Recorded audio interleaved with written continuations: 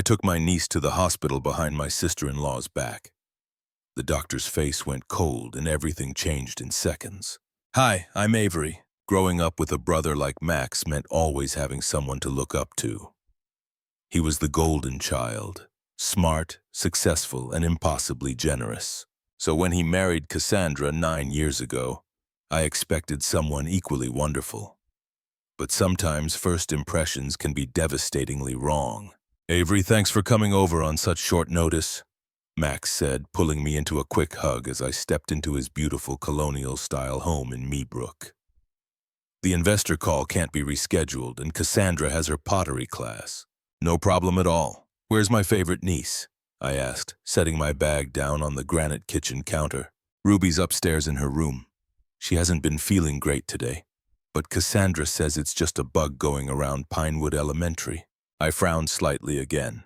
Didn't she just recover from something last month? Max shrugged, checking his Rolex. Kids, right? Always catching something. There's chicken noodle soup in the fridge if she gets hungry. Cassandra says no snacks before dinner, though. Got it. Go nail your pitch. I've got this. After Max left in his Tesla, I headed upstairs to check on Ruby. At 8 years old, she was usually a whirlwind of energy. But lately, something seemed deeply wrong.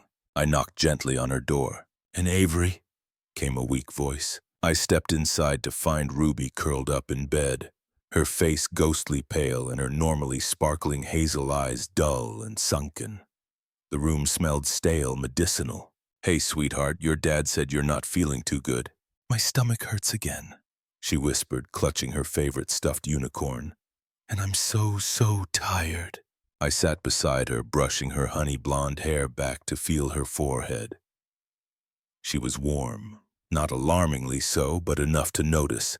Her skin felt clammy. "Have you told your mom about your stomach hurting?" Ruby nodded, her eyes dropping to the bedspread. "She says I'm just being overdramatic, that I need to toughen up and stop complaining." A chill ran down my spine. As a registered nurse at Riverside Medical Center, I'd learned to trust my instincts about sick children. Something about this felt very wrong. "Does your stomach hurt a lot, Ruby? Like more than just sometimes?" "Almost every day after lunch," she said softly. "And sometimes I get really dizzy at school. Mrs. Henderson had to take me to the nurse twice last week." I tried to keep my expression neutral, professional. "What do you usually have for lunch?" "Mom makes me special wraps. She says they're super healthy and will help me grow stronger."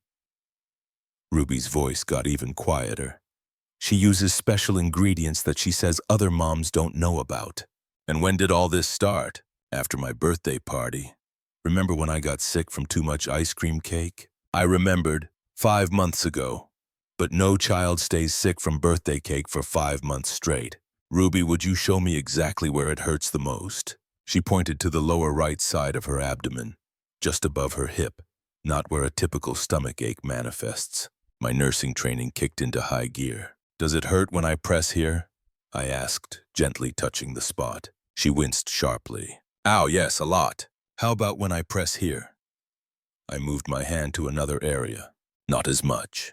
And do you feel sick after eating anything else or just the wraps?" Ruby thought for a moment, her small face scrunched in concentration. "I feel worst after Mommy's special wraps and sometimes her special smoothies too. But don't tell her I said that. She gets really mad when I don't finish my food." My heart rate picked up. What happens when she gets mad? Ruby's eyes filled with tears that spilled down her pale cheeks. "She says I'm ungrateful, that I don't appreciate how hard she works to keep me healthy. Sometimes she makes me sit at the table until I finish everything, even if it takes hours. Once I sat there until bedtime." I squeezed her small hand gently. "You're not in any trouble, Ruby, I promise. Does your dad know about this?" "Daddy works a lot, and Mommy says he doesn't understand nutrition like she does, so we don't need to bother him with silly stuff." She paused. "Aunt Avery, am I dying?" The question hit me like a freight train. "No, sweetie, absolutely not. But I do want to help you feel better. Can I look in your backpack? I want to check something." She nodded, and I retrieved her purple backpack from beside her desk. Inside, I found her insulated lunch bag and opened it carefully. The wrap inside looked normal enough. Whole wheat tortilla, what appeared to be turkey and lettuce. but there was an odd, bitter smell that shouldn't be there. Something chemical. I wrapped it carefully in tissues and tucked it into my purse. "Aunt Avery, am I in trouble?"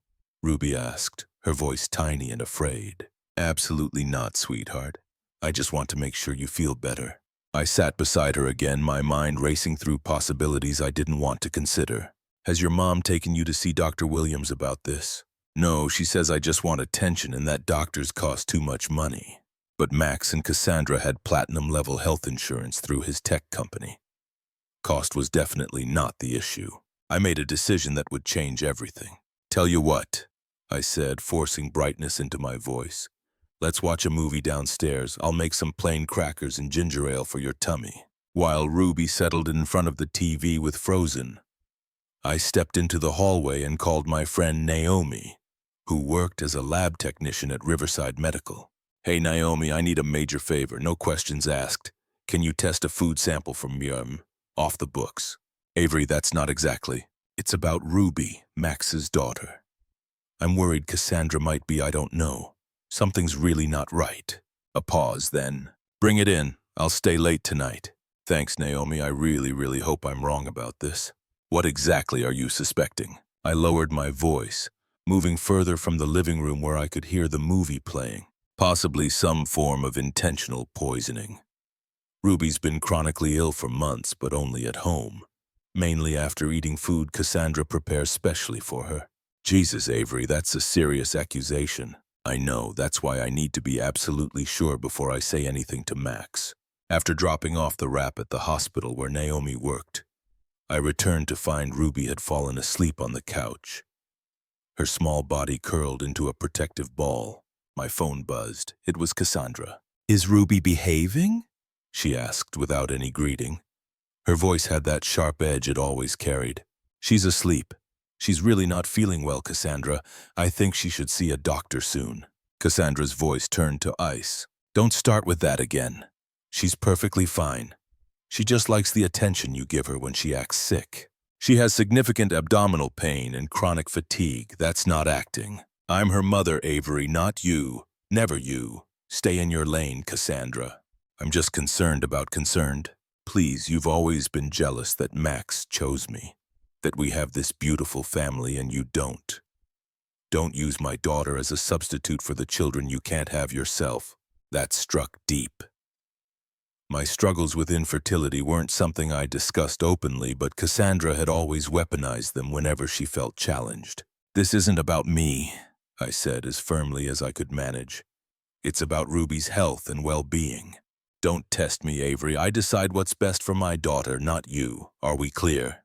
The call ended abruptly. I looked at Ruby's sleeping form, at how fragile she appeared, and made another decision that would fracture our family forever. The next day, while Max was at his tech firm and Cassandra was at her Pilates class, which I'd long suspected was actually meeting her personal trainer for more than exercise, I picked Ruby up from Pinewood Elementary.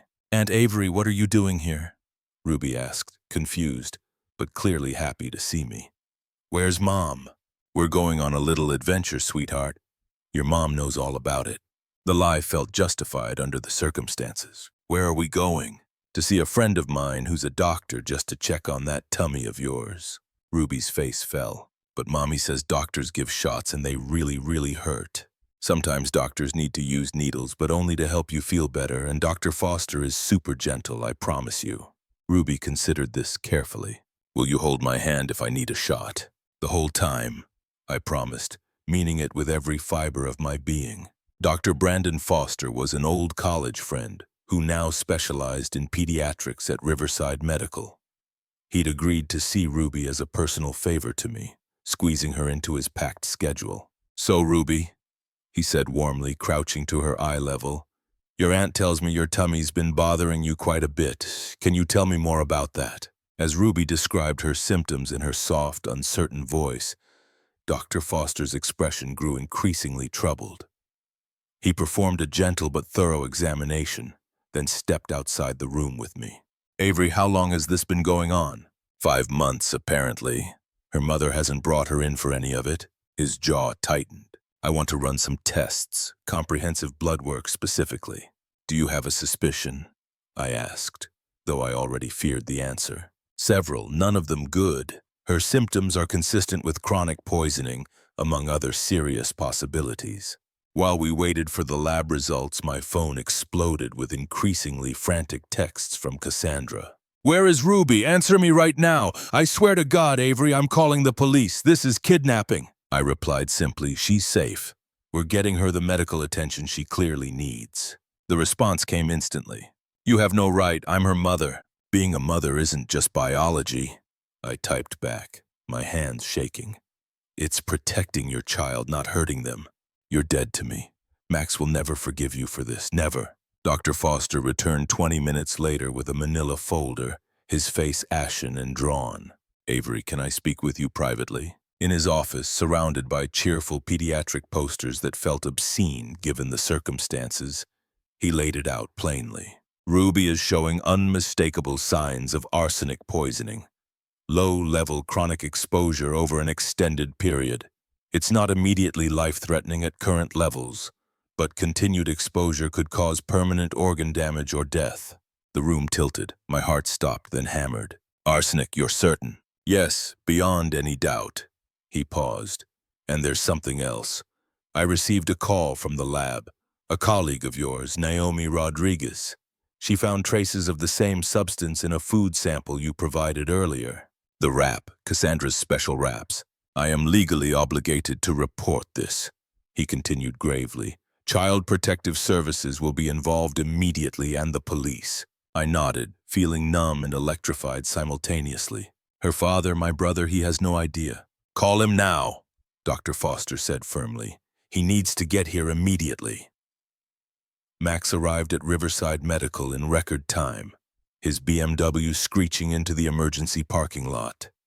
His face was drained of all color when he burst through the doors. "What's going on? Where's Ruby? Cassandra's threatening to file kidnapping charges against you. She's absolutely hysterical." "Max, sit down," I said, leading him to the private consultation room Dr. Foster had prepared. "There's something you need to know, something terrible," as Dr. Foster methodically explained the situation. The arsenic levels, the contaminated food, the systematic nature of the poisoning. Max's expression transformed from confusion to disbelief to pure rage. "That's impossible," he whispered, his voice cracking. "Cassandra wouldn't. She couldn't. She loves Ruby more than anything." "The evidence is absolutely clear, Mr. Holloway," Dr. Foster said gently but firmly. "Your daughter has been systematically poisoned over a period of several months. The concentration levels and patterns suggest intentional, deliberate exposure, not environmental contamination. How could I have missed this?" Max's voice broke completely. "All those times Ruby was sick, all those doctor's appointments Cassandra said weren't necessary.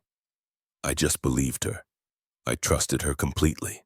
Because she's your wife," I said softly, reaching for his hand. "Because you loved her. Because you never imagined someone could do this to their own child." "Where is she?" Max demanded suddenly, standing up. "Where's Cassandra right now?" As if summoned by this mention of her name, Cassandra burst through the hospital doors at that exact moment, followed closely by a hospital security guard trying to keep pace. "There she is!" Cassandra screamed, her perfectly manicured finger pointing directly at me. "That's the woman who kidnapped my daughter!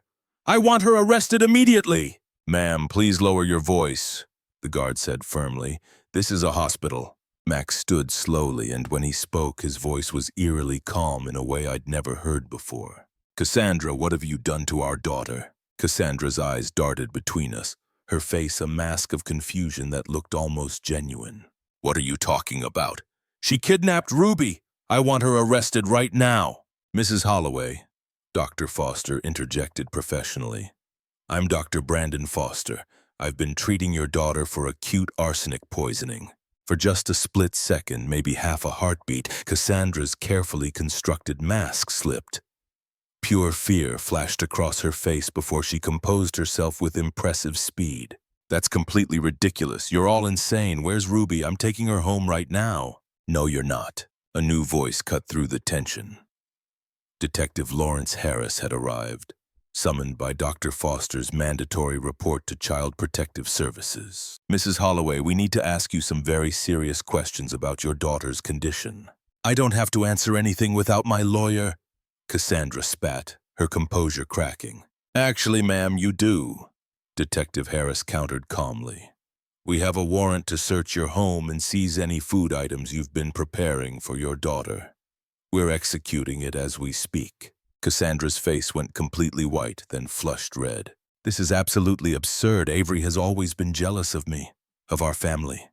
She's making all of this up because she's a bitter, barren woman who can't have children of her own. The cruelty of it took my breath away, but I refused to look away from her. The blood tests don't lie, Dr. Foster said firmly. Neither does the independent lab analysis of Ruby's lunch wrap. You went through her things! Cassandra turned to me, her face contorted with rage. You had no right at all! I had every right, I shot back, finding my voice. Someone had to protect her since her own mother was slowly poisoning her. Max stepped forward, and I saw tears streaming down his face. Why, Cassandra? She's our daughter, our baby girl. Why would you do this to her? You don't understand, Cassandra hissed, her carefully cultivated image finally shattering. You never understood anything. She took everything from me. My body, my freedom, my entire life. You were always Ruby this, Ruby that. What about me, Max? What about what I needed? What about my suffering? The room fell into shocked silence. Cassandra's admission hung in the air like poison itself. Mrs. Holloway, Detective Harris said quietly, producing handcuffs. You're under arrest for the attempted murder of Ruby Holloway and felony child abuse. This isn't over. Cassandra snarled at me as the handcuffs clicked around her wrists. You think you've won? You've completely ruined my life, so I'll ruin yours. Max will see through you eventually. He'll see what you really are. Save it for your lawyer, Detective Harris said, leading her toward the exit. As Cassandra was led away, still screaming accusations at me, Max collapsed into a chair like a puppet with cut strings. How did I not see it? He whispered. All those times Ruby was sick, all those months, Cassandra always had such reasonable explanations. I believed every single word. It's not your fault, I said, sitting beside him and taking his hand. Munchausen syndrome by proxy is incredibly difficult to detect, especially when it's someone you trust completely, someone you love. What happens now? He asked, looking lost. Ruby needs chelation therapy to flush the arsenic from her system. And you both need counseling, I said gently. But she'll recover, Max. Children are remarkably resilient when they're finally safe. The trial 3 months later was brief but brutally intense. The evidence against Cassandra was overwhelming and damning. Not just the arsenic in Ruby's system and the lunch wrap, but her browser history revealed dozens of incriminating searches. Untraceable poison symptoms of arsenic poisoning. How to make someone sick without getting caught, Munchausen by proxy, how to avoid detection. The prosecutor, District Attorney Victoria Reeves, was absolutely merciless in her approach. Mrs. Holloway, can you explain why you searched for these specific terms? D.A. Reeves asked, displaying the search history on a large screen for the jury. Research, Cassandra replied with icy composure, her lawyer having clearly coached her. I'm a true crime enthusiast. I listen to podcasts, and the commercial-grade arsenic trioxide found in your kitchen cabinet, hidden behind the baking supplies, also for your podcast hobby. I use it for gardening, to kill weeds in our rose beds. Yet you kept it directly next to the almond butter, which laboratory analysis found in your daughter's special wraps. Interesting placement for a toxic substance, don't you think? Cassandra had no answer. She just stared straight ahead. When it was Max's turn to testify, he looked directly at his wife with an expression of profound betrayal and heartbreak. I loved you, he said simply, his voice steady despite the tears. I trusted you completely, with our daughter's life, with everything, and you betrayed that trust in the most horrific way imaginable. You never loved me! Cassandra suddenly screamed, losing control despite her lawyer's restraining hand. You only cared about Ruby. It was always about Ruby. What about me? What about what I needed? The judge ordered her removed from the courtroom. The jury looked horrified. The psychiatric evaluation revealed that Cassandra suffered from severe narcissistic personality disorder, combined with Munchausen syndrome by proxy. The attention and sympathy she received from having a chronically ill child had fed something fundamentally broken inside her psyche. She was sentenced to 18 years in prison for attempted murder and multiple counts of felony child abuse. 7 months later, Ruby was not just recovered, but absolutely thriving. Max had filed for divorce and won full custody with a permanent restraining order. Cassandra would never be allowed contact with Ruby again. "Aunt Avery, watch this!" Ruby called out, performing a perfect cartwheel in Max's backyard during our Sunday barbecue. Her color had returned, her energy was boundless, her smile genuine. "Amazing, kiddo!" I cheered, marveling at her complete transformation. The sickly, lethargic child was gone, replaced by a vibrant, healthy girl who actually looked her age. Max handed me a sweet tea, his expression serious despite the cheerful atmosphere. "I got a letter from Cassandra's attorney yesterday." My stomach tightened. "What did she want?" "She wants to apologize to Ruby, says she's gotten intensive help in prison, that she's realized what she did was wrong and wants to make amends." "What did you tell them?" "Absolutely not. Some things can't be forgiven, Avery. She tried to kill our daughter, slowly, painfully, over months and months, while I was completely blind to it all." He took a deep breath. "The prison psychiatrist says she has severe narcissistic personality disorder along with Munchausen by proxy. The attention she got from having a chronically ill child fed something deeply broken inside her." "Have you told Ruby anything about her mother?" "Age-appropriate truth. That her mother is sick in a way doctors can't fix, and that she hurt Ruby because of that sickness, that it wasn't Ruby's fault, that nothing she did caused it." "How's she handling it?" "Better than I ever expected. Her therapist says children are remarkably adaptable when they're given consistent love and stability. What we're providing now is healing her emotional wounds along with the physical ones." We watched as Ruby played tag with her cousin, who had come with my parents for the day. Our entire family had rallied around Max and Ruby, filling the void Cassandra had left with genuine love instead of poison. "You saved her life, you know," Max said quietly. "If you hadn't trusted your instincts, if you hadn't gone behind Cassandra's back and risked everything, that's what family does," I replied simply. "We protect each other, no matter the cost." "I just keep thinking about all the signs I missed," Max confessed, pain in his voice. "The way Cassandra would insist on preparing Ruby's food herself. How she'd get genuinely angry if anyone else tried to feed her. How she always seemed almost excited when Ruby got sick, like she was enjoying the attention and drama." "That's the nature of Munchausen by proxy," I explained. "The perpetrator desperately craves the attention and sympathy that comes with having a sick child. They become the heroic, devoted, self-sacrificing parent in everyone's eyes. Except yours. You saw through it. I had the advantage of medical training and emotional distance. When you're living it every single day, the pattern is much harder to recognize." Max nodded slowly. "Last week, I received a letter from Cassandra smuggled out through another inmate." My breath caught. "It was filled with vitriol and threats," he continued. "Promises that she'd get out someday, that she'd make me pay for stealing her family, for destroying her life." I froze. "Did she mention me?" I asked quietly. "She did." A cold wave moved through me. "I burned it," Max added. "Some toxins are best neutralized with fire." But the truth was, I didn't need to see the letter, because I had my own. A week before, I'd received one too. Smuggled just like Max's. I hadn't shown it to him. It was filled with venom. "You think you're the hero of this story, Avery, but you're not. You were always jealous of what I had. You wanted my life, my husband, my daughter. Barren women always destroy what fertile women build. I'll get out eventually, and when I do, you'll pay." I had burned mine too, but the words lingered like smoke in a closed room. As the sun set on another healing day, I watched Ruby laugh, really laugh, for the first time in ages. She was teaching Max how to do a cartwheel, both of them tumbling onto the grass in a heap of giggles. Sometimes the most toxic people wear the most convincing masks. Sometimes they're the ones everyone else thinks are perfect. And sometimes saving someone means being willing to be the villain in someone else's twisted story. I'd do it again in a heartbeat. Ruby ran over to me, throwing her arms around my waist. "Aunt Avery, can we have a sleepover next weekend?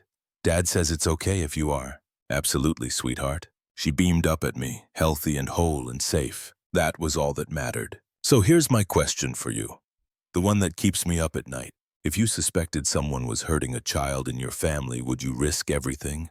Relationships, reputation, maybe even legal trouble to protect that child? Or would you mind your own business and hope someone else would step up? Because I promise you this. Somewhere right now, there's another Ruby. Another child being slowly poisoned by the person who's supposed to protect them most. And the question is, will you be brave enough to see?